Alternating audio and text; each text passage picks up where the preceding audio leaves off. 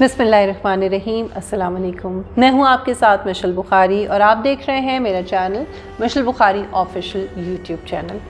नाज़रीन, आज जिस मौजू पे मैं बात करने जा रही हूं वो बहुत इम्पॉर्टेंट है और इसी वजह से ये जो वीडियो है ये भी बहुत अहमियत की हामिल है, क्योंकि ये मौजू ऐसा है कि अगर हम इसको सही तरह से समझ जाएं और इसको अपनी ज़िंदगियों पर अप्लाई करें तो हमारी माशरे के बहुत से मसाइल हल हो सकते हैं। मैं बात करने जा रही हूँ एक ऐसी औरत की जो पाकिस्तान की थिएटर इंडस्ट्री से वाबस्ता रही है। आलिया चौधरी इनका नाम है और ये मशहूर स्टेज फ़नकारा है और डांसर रही हैं, लेकिन अनफॉर्चुनेटली लॉकडाउन की वजह से जहाँ बाकी शोबों में बेरोज़गारी हुई हमने देखा, इसी तरह से इस वक्त इनके पास भी कोई काम नहीं। गुज़श्ता कई महीनों से इनके पास काम नहीं था, पैसे नहीं थे, जिसकी वजह से जो इनके जिस घर में ये रहती थी उस घर से इनको निकाल दिया गया, किराए के घर से। और बेरोज़गारी ऊपर से दरबदरी और सबसे ज़्यादा तकलीफ़ दे बात ये कि अपने नौजवान बीमार तड़पते भाई और पूरे ख़ानदान के साथ इनको एक झुग्गी में इस वक्त रहना पड़ रहा है। और इनको रो रो के गुज़श्ता दिनों इन्होंने अपील की वज़ीर आज़म इमरान ख़ान साहब से कि इनकी मदद की जाए। बस मैं ये कहूँगी कि जो मेरी आवाज़ सुन रहा है सब मेरी आवाज़ को सुन के मेरी मदद करें।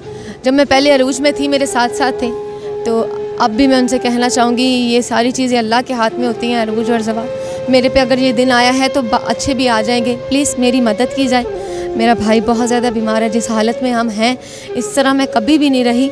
बड़ी अच्छी ज़िंदगी मैंने देखी है, लोगों को खुशियाँ दी हैं, इतनी खुशियाँ दी हैं। आज मेरे पे वो दिन आया है, मेरी किसी ने हेल्प नहीं की। फातिमा जी आई हैं अभी मेरे पास मेरी हेल्प करने के लिए, मैं उनकी बहुत शुक्रगुज़ार हूँ। मेरे इंशाल्लाह ये तो मेरी कर ही देंगी। जो बाकी लोग हैं, जब तक लॉकडाउन नहीं है मेरी प्लीज़ मदद की जाए। ये वो खातून है नाज़रीन कि एक वक्त था कि जब इनकी परफॉर्मेंस देखने के लिए, टिकट ख़रीदने के लिए लोग लाइनों में खड़े होते थे। पूरी दुनिया में इनके मद्दाह थे, यूरोप में, बरतानिया में, गल्फ़ की कंट्रीज़ में। ये टूर के लिए इनके जो प्रमोटर्स हैं वो इन ममालिक में लेकर गए। और आज वो वक्त है कि 2 वक्त की रोटी जो है उसके लिए भी ये ख़ानदान तरस रहा है। पूरी दुनिया में नाज़रीन डांस जो है उसको एक आर्ट के तौर पर माना जाता है और आर्टिस्ट कम्युनिटी के फ़न को बड़ी पजीराई और इज़्ज़त दी जाती है। चलिए मान लिया कि आपके इस्लामी जमहूरिया पाकिस्तान में इस डांस और डांसर को आर्ट या आर्टिस्ट नहीं समझा जाता, लेकिन वो प्रमोटर्स, वो थिएटर इंडस्ट्री से वाबस्ता लोग जो आलिया के आगे पीछे फिरते थे, कम से कम उनको तो सामने आना चाहिए था। ये सिर्फ एक फ़नकारा के उरूज व ज़वाल की कहानी नहीं है नाज़रीन, बल्कि मैं ये समझती हूँ कि अपने ही इर्द गिर्द मौजूद चेहरों और रवैयों के बदलने की कहानी है। मादियत परस्ती और मसनूई अखलाक की बीमारी में मुब्तला हमारा ये बेरहम मुआशरा, जिसमें पाकिस्तान की सबसे बड़ी और मोतबर आर्टिस्ट, आपको याद होंगी, कौन भूल सकता है, रूही बानो साहिबा को, जिन हालात में इस दुनिया से वो चली गई, वहाँ एक स्टेज डांसर फाकों पर मजबूर हो, बीमार हो या मर जाए, न मुआशरे को फ़र्क पड़ता है और ना ही हुकूमतों को। घर से निकाले जाने, झोंपड़ी तक पहुंच जाने पर अपनी मज़ीद ज़िल्लत और रसवाई से बचते हुए खामोश रहने वाली इस मुसीबत की मारी औरत को अपने बीमार और सिसकते हुए भाई के इलाज के लिए बिलाखिर वज़ीर आज़म इमरान ख़ान और PTI की हुकूमत से अपील करनी पड़ी। और अगर अब भी इस मजबूर औरत की मदद ना की गई और कोई सानिया खुदा ना खास्ता रोनमा हो गया तो शायद हुकूमत समेत हम सब इसके ज़िम्मेदार होंगे। वो क्यों? वो इसलिए कि हमारा तो, अगर हम मज़हब की बात करते हैं और हम ये कहते हैं कि पाकिस्तान इस्लामी जमहूरिया पाकिस्तान है, तो फिर सबसे पहले तो हमारा ये फ़र्ज़ बनता है कि हमारे पड़ोस में अगर कोई भूखा है, अगर कोई तकलीफ़ में है, तो सबसे पहले हम उसकी मदद करें। हमें पता होना चाहिए हमारा कोई गरीब रिश्तेदार है तो हम किसी और के पास उसको जाने की ज़रूरत ही नहीं होनी चाहिए, बल्कि जाने की क्या, हम खुद उसके पास जाएं और उसकी मदद करें। बट अनफॉर्चुनेटली अब वो वक्त आ गया है कि ऐसी सोसाइटीज़ हैं जहाँ पर पड़ोस में कौन रहता है ये तक मालूम नहीं होता। तो जब ये मालूम नहीं होगा तो फिर उसकी खैर खबर कौन लेगा। अब चूँकि मैं बात कर रही हूँ आलिया चौधरी की, इनकी झुग्गी में जाकर बहुत सारी रिकॉर्डिंग्स अब तक इनकी हो चुकी हैं। इनकी तकलीफ़ ते कहानी को रिकॉर्ड किया जा चुका है, यूट्यूब के बहुत से चैनल्स के ऊपर चल रही हैं। इनकी स्टोरी ख़बरों की जीनत बनी है, अखबारों की ख़बरों की जीनत बनी है। रेटिंग्स के चक्कर में, व्यूज़ के चक्कर में बहुत से लोग यहाँ तक पहुँचे हैं, लेकिन अनफॉर्चुनेटली प्रैक्टिकली हकीकी तौर पर शायद एक खातून जिनका ये नाम लेती हैं, निगार साहिबा, जो ख़ुद थिएटर की एक डांसर हैं, वो इन तक पहुँची पर्सनली और उन्होंने इनकी किसी हद तक हेल्प की। यानी आप ये समझ लें कि जिस को पता चला सब अपनी अपनी दुकानें उठाए, व्यूज़ और रेटिंग्स के चक्कर में इन तक आ पहुँचे। ये भी हो सकता है कि आने वाले दिनों में हम देखें कि किसी मॉर्निंग शो में ये बैठी हों और कोई मॉर्निंग शो होस्ट जो है वो इनके आंसुओं से अपनी दुकान में सितारे सजाकर इनकी महरूमियों को फ़रोख्त करें। लेकिन अफसोस कि हकीकी दुनिया में सिवाय एक आधे फ़नकार के इन तक कोई नहीं पहुंचा जो वाकई इनके ज़ख्मों पर मरहम रखता।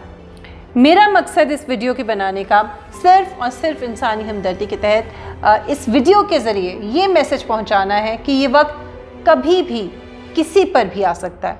ख़ास तौर पर कोरोना पैंडमिक के इस माहौल में, इस दौर में जब न जाने कितने लोग बेरोज़गार हो चुके हैं, अपनी सफ़ेद पोशी का भरम रखते हुए ऐसे लोग हैं जो किसी से कुछ कह नहीं सकते।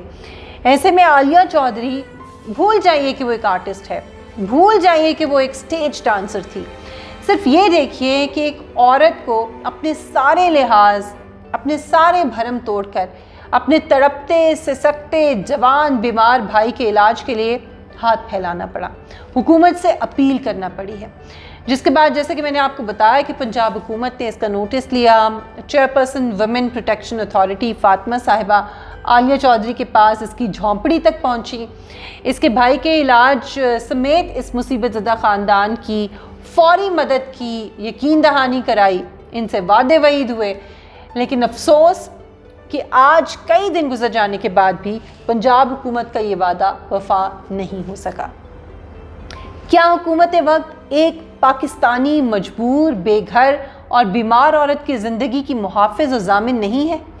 इससे पहले कि वो कोई इंतहाई कदम उठाए, इंतहाई कदम उठाने पर मजबूर हो जाए, ये हम सब की ज़िम्मेदारी है कि हम इसकी आवाज़ को हुकूमती ऐवानों तक पहुँचाएँ।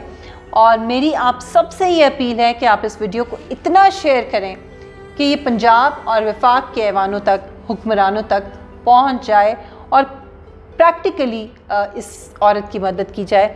न जाने कितनी ही बेबस और मजबूर औरतें हालात से मजबूर होकर, आप जानते हैं, हम जानते हैं कि अपनी इज़्ज़तों तक का सौदा करने पर मजबूर हो जाती हैं। कितने ही लोग हैं जो ख़ुदकुशी के वाक़यात हमने देखे हैं, आए रोज़ ख़बरों की ज़ीनत बनते हैं। आपको कोट अदू के रिहायशी 5 बच्चों के बाप का भूख और बेरोज़गारी से तंग आकर ख़ुदकुशी का वाक़या याद होगा, जिस पे हमारे साथी एंकर नदीम मलिक साहब ने पूरा एक प्रोग्राम किया था। बजाय इसके कि बाद में खुदा न खास्ता ऐसे वाक़यात पर प्रोग्राम्स करें, हम वीडियोस बनाएं, आज अभी अपनी अपनी ज़िम्मेदारी हम क्यों पूरी नहीं कर सकते? अभी क्यों ना कुछ किया जाए? मैं आप सब से, जो भी साहिब हैसियत हैं, उन सब से पूछती हूँ कि क्या हमें किसी मुसीबत ज़दा ख़ानदान की फ़ौरी मदद नहीं करनी चाहिए? क्या आपको या मुझे, जिसको ये पता चला है, सिर्फ आलिया चौधरी नहीं, ऐसे अनगिनत लोग हमारे इर्द गिर्द हैं, हम क्यों उनकी मदद को नहीं पहुँचते? क्या पंजाब हुकूमत इतनी बेबस है कि एक बीमार शख्स का इलाज कौमी ख़जाने से नहीं करा सकती? मैं उस्मान बुज़दार साहब के सामने ये सवाल रखती हूँ। एक मजबूर औरत और इसकी फ़ैमिली को सर छुपाने का ठिकाना फराहम नहीं किया जा सकता। हालांकि जो शेल्टर होम्स हैं, इमरान खान साहब के की बड़ी ख्वाहिश थी और उनके बड़ी वादे और दावे थे, कहाँ हैं वो शेल्टर हाउसेस? इस फैमिली की फ़ौरी मदद की जानी चाहिए और इसमें मुझे आप सबका भरपूर साथ चाहिए। नेक्स्ट वीडियो के साथ इंशाल्लाह आपसे मुलाकात होगी। अपना बहुत ख्याल रखिएगा। अल्लाह हाफ़िज़।